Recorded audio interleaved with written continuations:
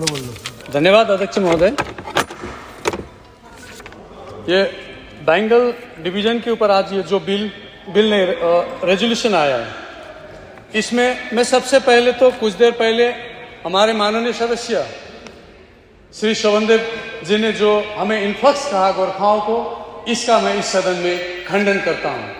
सुगौली संधि के वजह से जो भूमि के साथ हम यहाँ आए, हमारी मिट्टी आपकी होती है और हम इन्फ्लक्स होते हैं, इस चीज की मैं निंदा करता हूं। और दूसरी बात, मेरे पास वक्त कम है इसलिए मैं पढ़ता, यहाँ 15 खंड के कालखंड में लेके आया हूं हमारी इतिहास का। शोभनदेव बाबू चाहते हैं तो मैं आपके हाथ में देके जाऊंगा। आप इतिहास को सदन के अंदर गलत तरीके से मत आंकिए। मैं आज इस डिवीजन के संदर्भ में पूरे सदन को और सरकार को यह कुछ पूछना चाहता हूं। 19 सितंबर 2023 टीएमसी अलायंस भारतीय गोरखा प्रजातांत्रिक मोर्चा के अनित थापा ने गोरखालैंड के नाम पर चुनाव जीता, जीटीए चुनाव, और उसने 19 सितंबर को जीटीए सभा में गोरखालैंड का प्रस्ताव ले आया। वो आपका अलायंस है।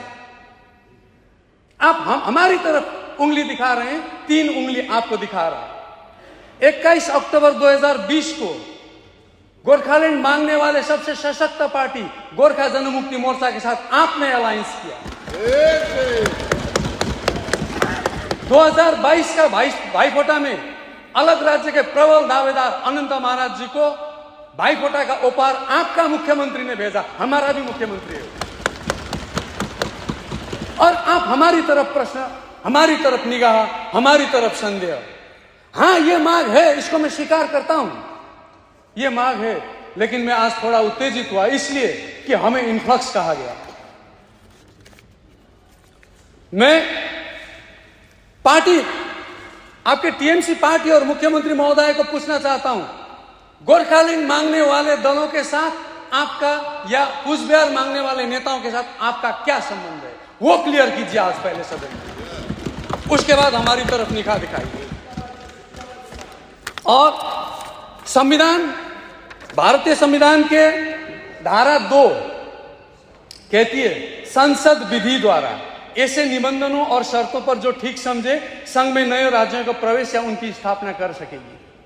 धारा 3 कहती है, संसद विधि द्वारा किसी राज्य में से उसका राज्य क्षेत्र अलग करके अथवा 2 या अधिक राज्यों को या राज्य भागों को मिलाकर अथवा किसी राज्य क्षेत्र को किसी राज्य के भाग के साथ मिलाकर नया राज्य निर्माण कर सकेगी। यह संसद विधि द्वारा कहा गया है, विधानसभा विधि द्वारा नहीं कहा गया है। इसीलिए ये जो प्रस्ताव विधानसभा में आया है, ये इंडियन कॉन्स्टिट्यूशन के अगेंस्ट में है, ये यहां नहीं आना चाहिए। ये सेंट्रल सब्जेक्ट है, ये स्टेट सब्जेक्ट नहीं है। और हमारी मुख्यमंत्री बार बार कहती है कि ये दिल्ली की सब्जेक्ट है, लेकिन आज आप ही के पार्टी ने यहां लाया। हां, अब ये डिमांड क्यों उठता है, इसके पीछे जो ऐतिहासिक कारण है, भौगोलिक कारण है, आर्थिक, सांस्कृतिक, बहुत सारा कारण है। ये पूरा क्षेत्र, जिस क्षेत्र में डिमांड उठ रहा है, ये इंटरनल कॉलोनियलिज्म की शिकार रहा है।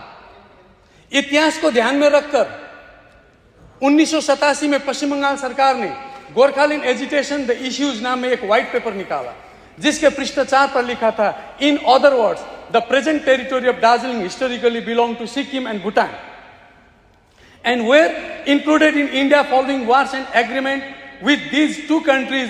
Only the Tarai part of the territory was for a time conquered by Nepal from Sikkim, but was then returned to Sikkim in 1816.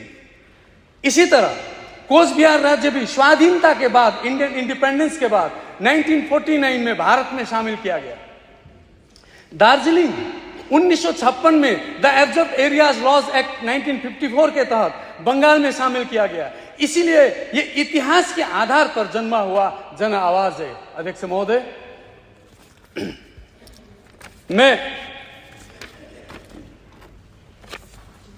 मैं जिस क्षेत्र से निर्वाचित होकर यहां आया हूं, इस सदन में आया हूं, वहां के लोगों ने, हां मैं स्वीकार करता हूं, मुझे केवल और केवल गोरखालैंड के लिए मैंडेट दिया है। और मैंने इसीलिए आज तक विधानसभा के अंदर और विधानसभा के बाहर जितना भी बयान दिया है वो सिर्फ मेरा बयान नहीं है, जनता द्वारा मुझे दिया गया मैंडेट का आवाज है। इसीलिए इस मैंडेट को समझने का जरूरत है। और इसके लिए मैं आज सदन को एक आग्रह करूंगा, इस विषय पर बीजेपी की क्या मंशाएं है, इस विषय पर टीएमसी का क्या मंशा है, यह महत्वपूर्ण प्रश्न नहीं है अध्यक्ष महोदय। महत्वपूर्ण प्रश्न यह है कि इस क्षेत्र के अधिकांश जनता का मंशा क्या है, उनकी चॉइस क्या है। यह हमारी चॉइस की बात नहीं है, जनता की चॉइस की बात है। इसीलिए अगर राज्य सरकार क्लीन राजनीति करना चाहती है तो मैं सलाह देता हूं, विधानसभा में इस तरह की बिल लाने से अच्छा हमारे वहां के लोग क्या जानना चाहते हैं, क्या चाहते हैं, इसके लिए ये बिल नहीं, ये रेजोल्यूशन लाने के मैं सलाह देता हूं कि विधानसभा में इस तरह का रेजोल्यूशन लाने से अच्छा वहां के लोग क्या चाहते हैं इसे जानना चाहते हैं तो आप चुनाव आयोग के माध्यम से उस पूरे क्षेत्र में रेफरेंडम करवाइए रेफरेंडम। यह लोकतांत्रिक पद्धति है, लोकतंत्र की नींव को मजबूत कीजिए। अगर इस क्षेत्र के राजवंशी, गोरखा, मेच, आदिवासी, टोटो, रावा, लेप्चा, भूटिया, डुक्पा जैसे यहाँ के एथनिक कम्युनिटी की भाषा, साहित्य, संस्कार, संस्कृति, रहन सहन, वेशभूषा सभी विलुप्ति के कगार पर है। आज बहुसंख्यक औपनिवेशिक चरित्र की वजह से यह पूरा क्षेत्र पॉलिटिकली इम्बैलेंस है अध्यक्ष महोदय। इस क्षेत्र में अलग राज्य की मांग ऐसे ही हवा में नहीं बना है। इन्हें अपना विधान खुद लिखने का अधिकार चाहिए। क्या सरकार ने कभी इस समस्या को सदन में संबोधन किया? मैं फिर भी सदन को आग्रह करता हूं कि आप चुनाव आयोग के माध्यम से रेफरेंडम करवाइए, तब आपको पता चलेगा वहां के लोग क्या चाहते हैं। ये बीजेपी की क्या मंशा है, टीएमसी की क्या मंशा है, इसकी कोई जरूरत नहीं रहेगी। आप करवाइए ना, आप करवा सकते हैं केंद्र से मिलके। यहाँ ये समस्या है, हम दो मिलकर देखिए। जब उन्होंने प्रश्न किया तो मैं थोड़ा समय लूंगा। आप वहां के समस्या को संबोधन करने के लिए ट्राइपार्टिट मीटिंग कर सकते हैं, आप डीजीएचसी बना सकते हैं, आप जीटीए बना सकते हैं। तो रेफरेंडम के लिए केंद्र सरकार को क्यों नहीं बोल सकते हैं? बोल के देखिए एक बार, तब आपको वहां का हकीकत पता चलेगा। थैंक यू अध्यक्ष महोदय।